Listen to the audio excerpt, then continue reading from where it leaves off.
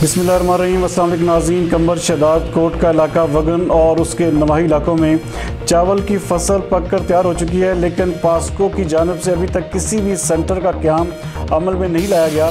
Wagon से हमारे नुमाइंदा खसूसी अली गुल मुगेरी के मुताबिक मुकामी व्यापारियों ने अपने मनपसंद दाम मुकर्रर कर रखे हैं, जो कि इस वक्त अपनी मर्जी के मुताबिक 700 से 800 तक खरीद कर रहे हैं। इतने कम रेट की वजह से किसान मायूस हो चुके हैं। किसानों का कहना है कि ज़िला इंतज़ामिया को चाहिए कि मुकामी व्यापारियों के खिलाफ कार्रवाई करके चावल की फसल का कम से कम 1500 रुपया रेट मुकर्रर किया जाए।